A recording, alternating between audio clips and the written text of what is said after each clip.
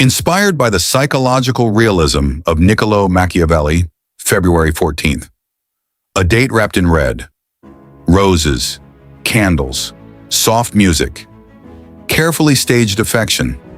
On the surface, it is the most romantic day of the year. Underneath, it is the most revealing, because Valentine's Day does not create emotions. It exposes them. It does not strengthen love. It tests it. And what it tests, most people are not prepared for. Human beings are wired for attachment. From childhood, we associate safety with closeness. Approval equals survival, rejection equals danger. Even as adults, the nervous system reacts to social exclusion as if it were physical threat. Valentine's Day amplifies that wiring. For couples, it becomes a silent performance evaluation. For singles, it becomes a magnified mirror. For the insecure, it becomes psychological warfare. The paradox is brutal. The day designed to celebrate love quietly exposes who feels unloved. And nothing is more destabilizing than realizing your emotional security depends on external validation. Watch what happens weeks before February 14th. Expectations begin to rise. Subtle questions appear. What are we doing for Valentine's? Are you planning anything? Last year was nice, but these are not innocent sentences. They are tests. In relationships, power is often invisible. It is measured by who needs reassurance more, who fears loss more, who invests more emotionally. Valentine's Day intensifies that imbalance. If one partner is visibly excited and the other is calm, tension forms. If one partner spends more effort, more money, more thought, the dynamic shifts. Because effort reveals desire, and desire reveals dependency. Dependency shifts power. This is dark psychology. The more you need the day to feel special, the more vulnerable you are to disappointment. And disappointment on Valentine's Day feels heavier than on any other day. Why? Because society is watching. Social media amplifies comparison. Perfect dinners, expensive gifts, public declarations, luxury experiences. Comparison is psychological poison. It creates dissatisfaction even in stable relationships. You may have been happy yesterday, but today you see another couple flying to Paris. Now your dinner feels small, your gift feels average, your partner feels insufficient. Valentine's Day weaponizes comparison, and comparison erodes gratitude. Gratitude stabilizes love. Comparison destabilizes it. The more couples try to outperform each other publicly, the less they connect privately. The louder the romance online, the quieter the emotional security often is. That is the paradox. Public affection does not equal private stability. In fact, excessive display can signal insecurity. When someone needs the world to see their love, they may be trying to convince themselves. Now look at singles. For many, February 14th becomes a magnifying glass over loneliness. Even people who feel independent suddenly feel evaluated. Why am I alone? What's wrong with me? Everyone else seems happy. But remember, visibility is selective. People post highlights, not arguments. They post roses, not resentment. They post smiles, not silent tension. Valentine's Day is a curated illusion, and illusions distort perception. The mind compares reality to fiction and finds itself lacking. That perceived lack triggers shame. Shame is one of the most powerful emotional forces. It drives desperation, and desperation leads to poor decisions. How many relationships begin near Valentine's Day out of fear of being alone? How many exes reconnect temporarily because silence feels unbearable? How many people accept less than they deserve simply to avoid posting nothing? Loneliness is uncomfortable, but fear of loneliness is dangerous because fear reduces standards. Reduced standards create unstable bonds. Unstable bonds collapse under pressure. And Valentine's Day is pressure concentrated. There is another darker layer: gift giving. On the surface, it is symbolic affection, but psychologically, it becomes measurement. How much did you spend? How thoughtful was it? How creative? How public? The gift becomes proof. Proof of love, proof of effort, proof of priority. But love measured through proof becomes transactional. Transactional dynamics replace emotional safety with performance. Performance creates anxiety. Anxiety kills authenticity. Authenticity sustains connection. The more you need Valentine's Day to validate your relationship, the less secure it likely is. Secure couples do not require spectacle. They do not require public confirmation. Their connection exists independent of date. Insecure couples rely on moments. Moments are fragile. Consistency is strength, and consistency rarely trends. Now observe the arguments that spike around February 14th. Missed expectations, forgotten reservations, late deliveries, wrong gifts. Small mistakes become amplified betrayals. Why? Because expectation heightens sensitivity. When emotional stakes are elevated, perception becomes distorted. A forgotten detail feels intentional. A simple oversight feels symbolic. And once symbolism enters the mind, rationality fades.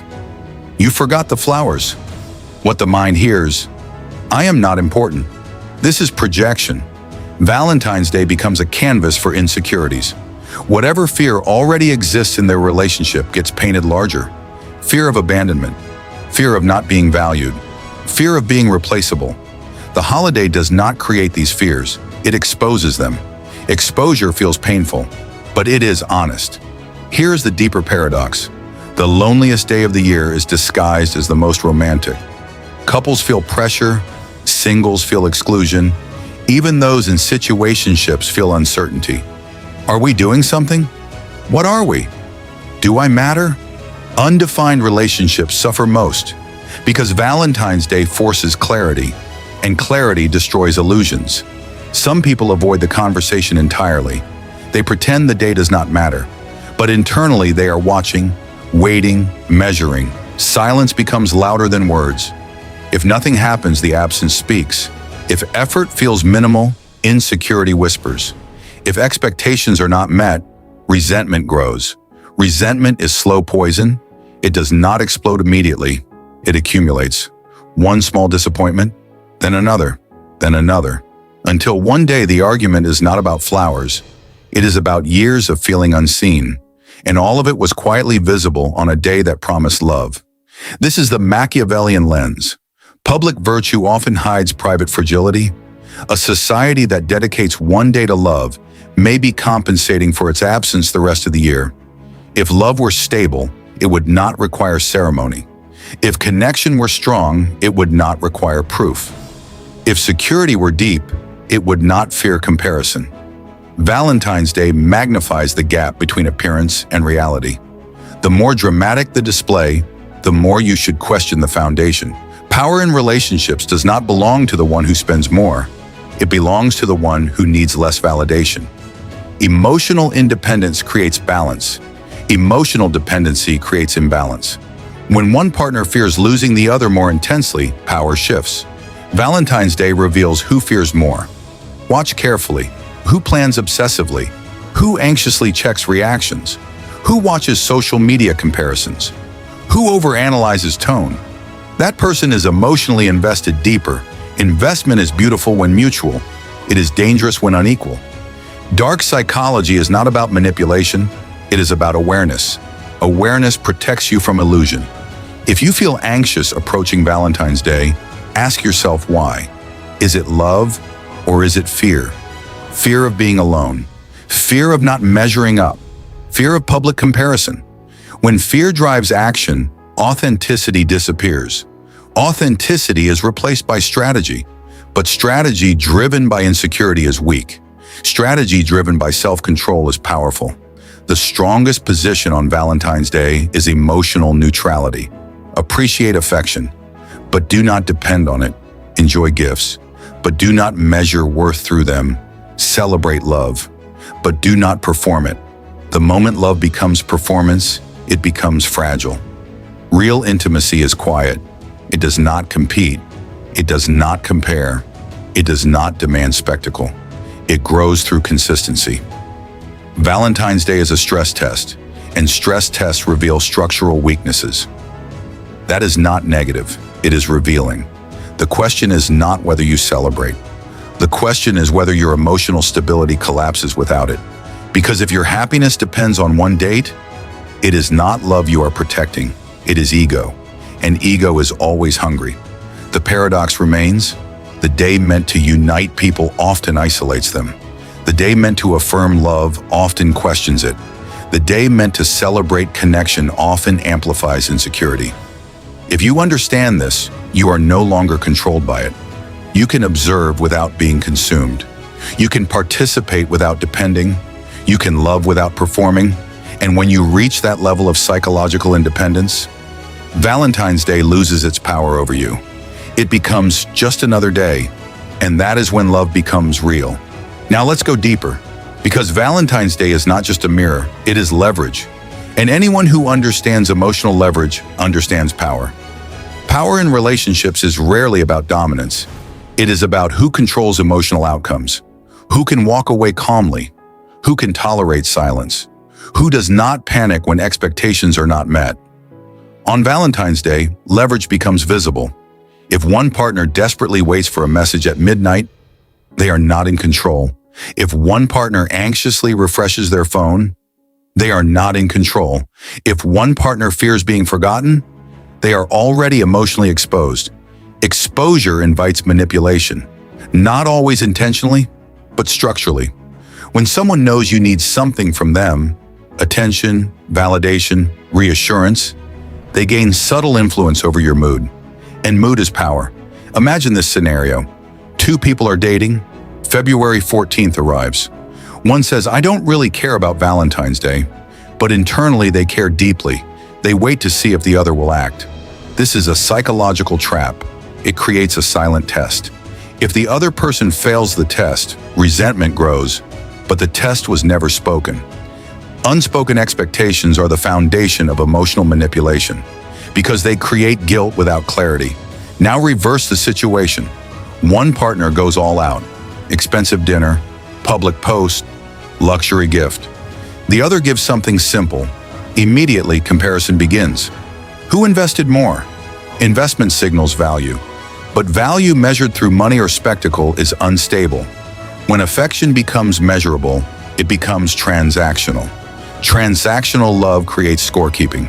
Scorekeeping destroys intimacy. But here is where it becomes darker. Some people intentionally use Valentine's Day to measure power. They observe who initiates, who plans, who pays, who apologizes if something goes wrong. The one who consistently overcompensates is usually the one who fears loss more, and fear reduces leverage. The paradox is brutal.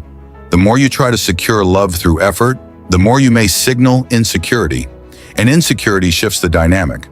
This is why emotional restraint is powerful. Not coldness, not cruelty. Restraint.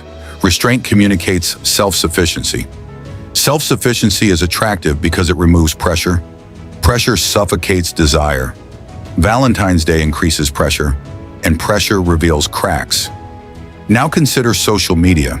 Couples posting dramatic declarations, long captions about destiny, public gratitude essays. Sometimes it is genuine, sometimes it is strategic. Public displays can serve as social proof. Social proof stabilizes shaky dynamics. If everyone sees us as perfect, it becomes harder to admit imperfection. But this is fragile armor, because when conflict inevitably comes, the contrast between image and reality becomes painful. The bigger the performance, the harder the fall. And then there are situationships, undefined connections. Valentine's Day forces silent evaluation. Do I matter enough for a gesture? If nothing happens, clarity appears, and clarity often ends illusions. Some people intentionally delay communication on Valentine's Day to test reaction. They wait to see if you reach out first. If you do, they measure your investment. If you don't, they measure your indifference. It becomes a chess game. And the one less emotionally reactive usually controls the tempo. This is uncomfortable to admit. But in modern relationships, emotional composure often determines power more than affection does. Affection is mutual. Composure is individual. If you can remain stable regardless of outcome, you cannot be easily manipulated. But if your mood depends entirely on someone else's gesture, you are vulnerable. Valentine's Day exposes vulnerability. That is why it feels intense. Now let's talk about loneliness again, but deeper. Loneliness itself is not destructive. Fear of loneliness is. Fear pushes people into temporary connections. Temporary connections create dependency. Dependency creates imbalance. Imbalance creates anxiety, and anxiety reduces attraction. So the very fear of being alone often creates the instability people fear most. The loneliest day of the year is disguised as the most romantic because it forces comparison at scale. Every restaurant looks full. Every feed looks curated. Every couple looks synchronized. But behind closed doors, many are arguing about expectations. Behind closed doors, many are silently disappointed. Behind closed doors, many are performing peace. Performance exhausts. Real connection relaxes. Valentine's Day often rewards performance more than authenticity. That is the dark paradox. Now consider something more strategic. The person who genuinely does not need Valentine's Day to feel secure holds the strongest position. Not because they are detached, but because they are regulated. Emotional regulation is the ultimate protection against manipulation. If a gift comes, they appreciate it. If it doesn't, they remain stable. If plans change, they adapt. Adaptability signals confidence. Confidence stabilizes dynamics. Insecurity destabilizes them. And insecurity becomes loud on February 14th. Some breakups happen on this day. Why? Because accumulated resentment surfaces. Because unmet expectations become undeniable. Because the illusion collapses under spotlight. But sometimes that collapse is clarity. And clarity, though painful, is powerful. It removes fantasy. It reveals alignment or misalignment. Now ask yourself something uncomfortable. If Valentine's Day disappeared tomorrow, would your relationship feel weaker? If yes, why? If one day determines emotional security, then security was already unstable. True intimacy is built in ordinary moments. Tuesday conversations, random support, unannounced affection, not staged events. The world sells romance as spectacle, but stability is quiet, and quiet rarely trends. Here is the final psychological truth. The person most dangerous in love is not the cold one. It is the self-sufficient one, the one who loves deeply, but does not depend blindly, the one who gives but does not beg, the one who celebrates but does not measure. That person cannot be emotionally cornered. And when you cannot be cornered, you cannot be controlled. Valentine's Day then becomes optional, a celebration, not a test, a gesture, not a verdict. The paradox remains. The day that claims to prove love often reveals fear. The day that promises unity often magnifies insecurity. The day that markets romance often exposes power dynamics. But if you understand the psychology behind it, you stop reacting. You start observing. You detach from comparison. You detach from performance. And in that detachment, you regain control. Because love is strongest when it is not fighting to prove itself. And power in relationships belongs to the one who remains emotionally steady, whether roses arrive or not.